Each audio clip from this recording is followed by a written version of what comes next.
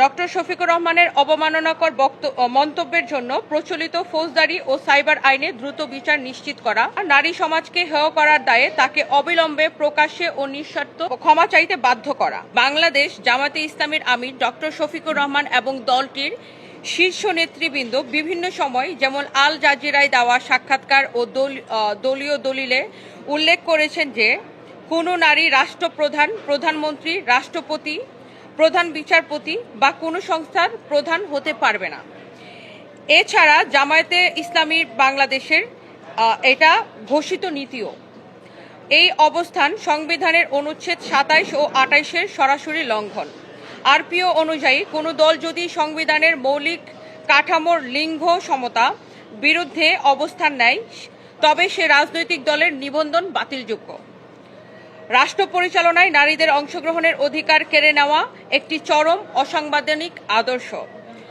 ৪. সুনির্দিষ্ট অভিযোগ, সম্প্রতি ডক্টর শফিকুর রহমান কর্তৃক নারীদের উদ্দেশ্যে প্রস্টিটিউট বা পতিতা শব্দ ব্যবহার এবং নারী নেতৃত্ব নিয়ে তাদের দলগত বিদ্বেষমূলক অবস্থান কেবল ব্যক্তিগত আক্রমণ নয়, বরং এটি বাংলাদেশের সমগ্র নারী সমাজের সাংবিধানিক অধিকার ও সম্ভ্রমের উপর সুপরিকল্পিত আঘাত। ৫. আমাদের আইনি দাবি ও প্রত্যাশা, নারী সম্মান ও সাংবিধানিক অধিকার কোনো রাজনৈতিক আপোষের বিষয় হতে পারে না। এমতাবস্থায় আমরা নিম্নোক্ত দাবিগুলো উত্থাপন করছি: নিবন্ধন বাতিল ও পর্যালোচনা।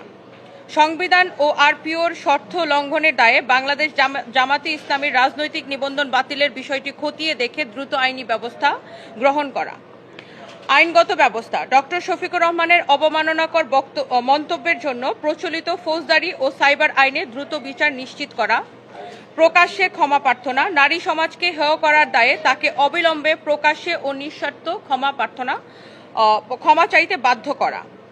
জিরো টলারেন্স নীতি, নারী বিদ্বেষমূলক বক্তব্যের বিরুদ্ধে রাষ্ট্রকে কঠোর আইনগত অবস্থান গ্রহণ করতে হবে। একটি গণতান্ত্রিক রাষ্ট্রের আইনের শাসন সবার জন্য সমানভাবে বলবৎ থাকতে হবে।